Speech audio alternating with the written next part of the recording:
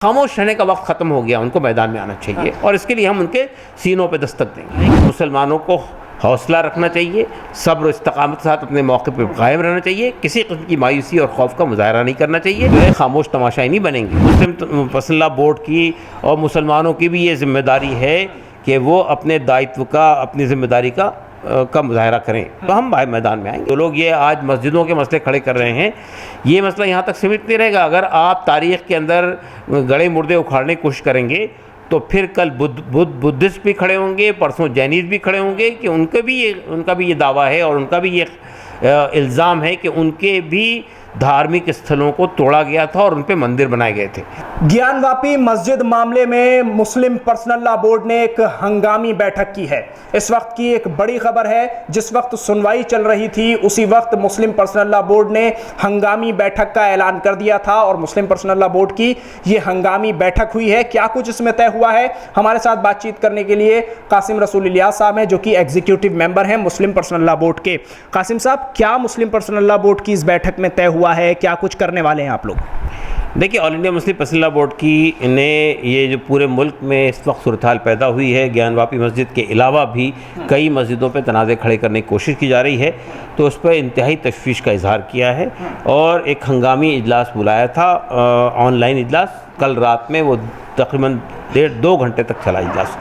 उस इजलास में पहली बात तो ये तय की गई कि हम मरकज़ी हुकूमत से, स्टेट की हुकूमत से, रियासती हुकूमतों से और जितनी सेकुलर सियासी पार्टियां हैं उनसे साफ़ तौर पे ये पूछेंगे कि ये जो कानून है 1991 का एक्ट, ये कानून सबकी सहमति से बना था, तो इस कानून को नाफिज करने की जिम्मेदारी जहाँ एक तरफ तो हुकूमत की है और दूसरी तरफ इस कानून पर की जिम्मेदारी सियासी पार्टियों की भी है। तो हम सियासी पार्टियों से ये जानना चाहेंगे कि उनका इस पे पक्ष क्या है, उनको वाज़ेह करना चाहिए और जो इसका वायलेशन हो रहा है इसके बारे में उनकी राय क्या है।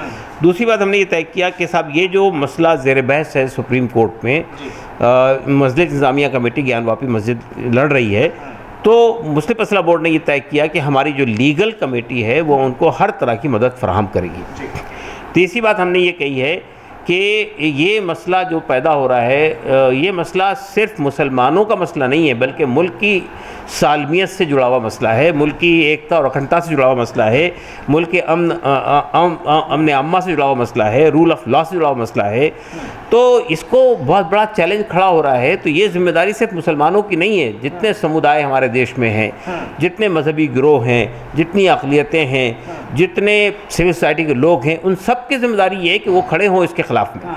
तो हमने ये तय किया कि हम उन लोगों से मुलाकातें करेंगे, तमाम अक़लियतों के ज़िम्मेदारों से मुलाकातें करेंगे, तमाम मजहबी जमातों के ज़िम्मेदारों से मुलाकात करेंगे, जितने भी साधु संत उलमा प्रीस्ट हैं उन सब से मुलाकात करेंगे, सिविल सोसाइटी के लोगों से मुलाकात करेंगे और उनके साथ मिलकर इस मसले को रोकने के लिए कोई जान आंदोलन भी हम छेड़ सकते हैं।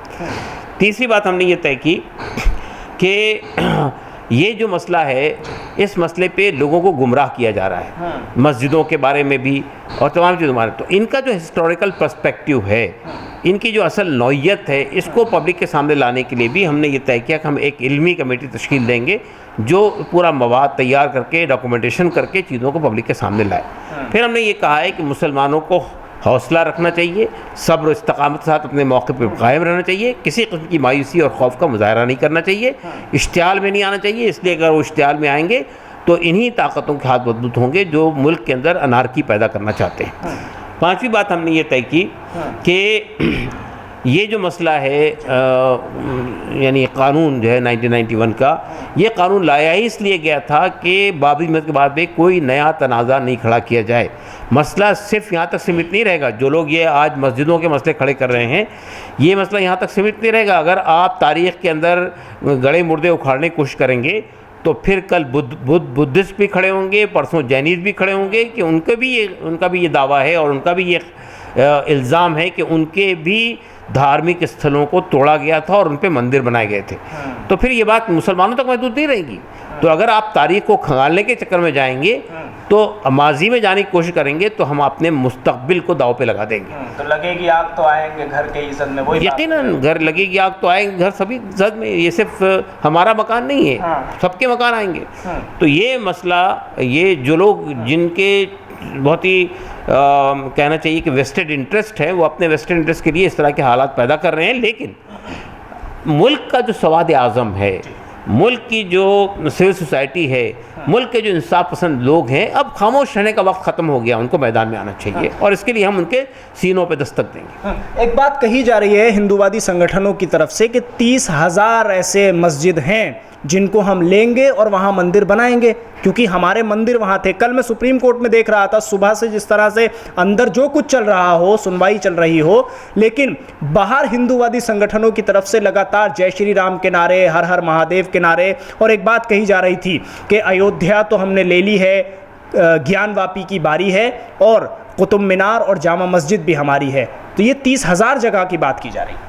देखिए, असल में ये ज़ाहिर बात है कि ये इस तरह की बातें ये लोग मुस्तकिल कर रहे हैं, आज की बात नहीं है, एक ज़माने से बातें कही जा रही हैं। और इन्हीं तमाम बातों पे रोक लगाने के लिए ही ये कानून लाया गया था, 91 का कानून।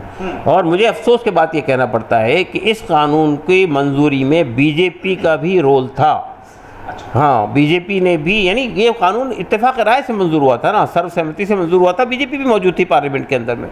जब आप एक कानून को लाते हैं तो उसके बाद अब आप अगर सरकार में हैं तो सबसे बड़ी जिम्मेदारी आपके कांधों पर है कि इस कानून का वायलेशन नहीं होना चाहिए।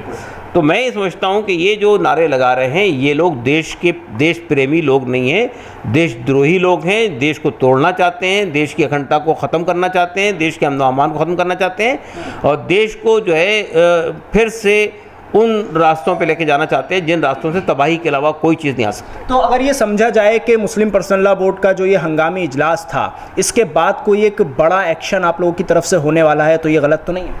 यकीनन हम जो है खामोश तमाशाई नहीं बनेंगे, बैठे रहेंगे कि भाई हम देश को तोड़ने की जो कोशिशें की जा रही है, देश को नुकसान पहुंचाने की जो कोशिश हो रही है, मुस्लिम पर्सनल लॉ बोर्ड की और मुसलमानों की भी ये जिम्मेदारी है कि वो अपने दायित्व का, अपनी जिम्मेदारी का मुजाहरा करें। तो हम भाई मैदान में आएंगे इंशाअल्लाह। जिस जन आंदोलन की बात आप कर रहे हैं तो वो ये कब के लिए माना जाए और कब का फैसला आप लोगों ने कर लिया है?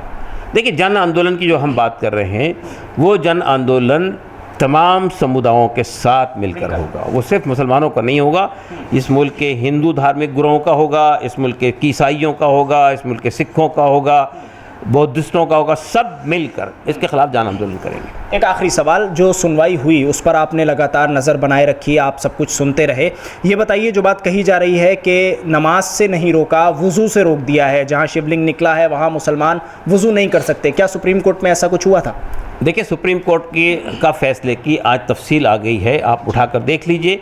लाइव लॉ के अंदर उन्होंने ये कहा है कि मुसलमानों के किसी राइट पर कोई पाबंदी नहीं होगी, उनके जितने धार्मिक राइट्स हैं वो बाकी रहेंगे और जो 20 की तादाद मुतय्यन कर दी थी वो हटा दी कि जितने लोग नमाज़ पढ़ते थे वो सब नमाज़ पढ़ते रहेंगे।